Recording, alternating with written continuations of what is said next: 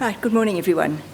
We've heard some fairly shocking stories, and I'm going to possibly just change the pace slightly and tell you situations where, in the organisation where I work with, where we're supporting developing country research, we've encountered irresponsible practices from publishers, but also been working to encourage some responsible practices. So just to set the scene, in ASP, we're a development charity. We work with partners to improve access, production, communication, and use of research information, enabling developing countries to meet their own development needs. Now, when I say we work with these countries, we work largely in Africa, and India and China, and actually Nigeria, are too large for our scope. So I'm not talking on behalf of those countries. Part of the responsible behavior from publishers, though, for us is in the supply of published content. Research can't be done unless there's the research literature available. So we've been able to offer about 150 different packages, fairly sizable collections of materials from 50 different publishers. It's all free at point of use to the researchers, but we support any of the access routes that are available: subscribed content, negotiated free content, open access, and you may have encountered some other access initiatives like Research for Life. It's provided through national consortia, and this is a picture of the Kenyan consortium, which is the consortium of library and information science in Kenya, so it covers universities and research institutes in Kenya. So they have a range of about 58,000 electronic journals and books, which they supply to the 129 institutions they're working in. To support consortia like Kenya, we have developed an advisory and influencing role, partly towards the consortia, but what's of interest today is, of course, how we can advise and influence publishers.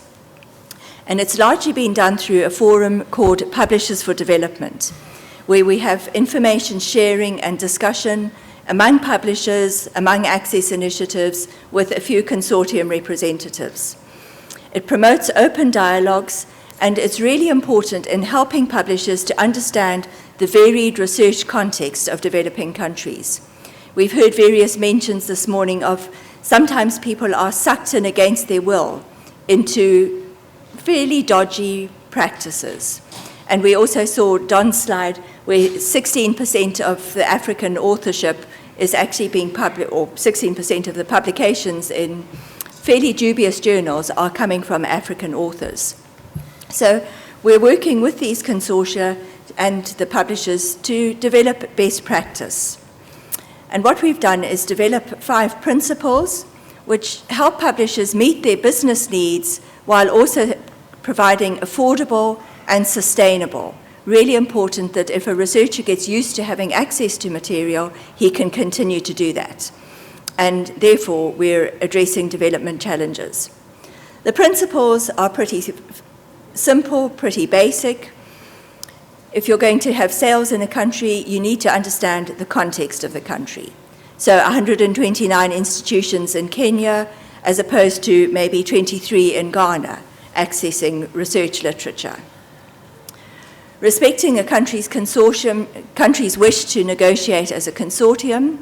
Most of the countries we work with have found that coming together is the best way to ensure that they can maintain their subscriptions.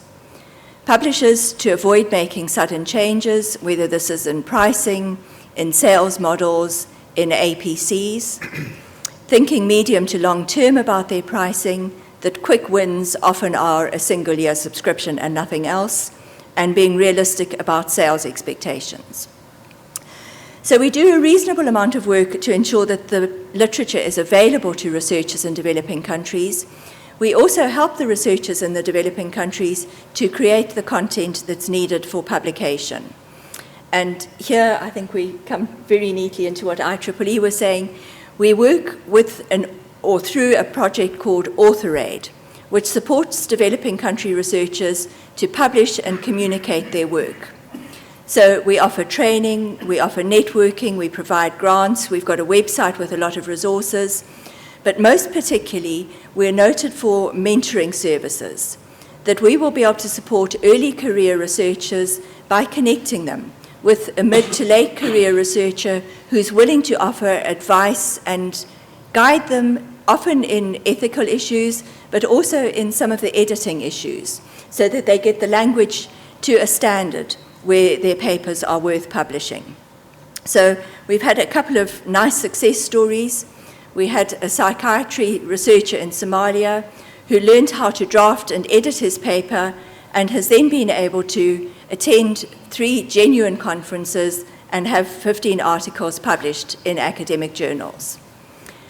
Another one who actually is going to be speaking at a conference in Oxford next month is the entomologist from Uganda, who again is linked up with a mentor, learned how to write scientifically so that his papers were worthy of production, and now offers his services to others.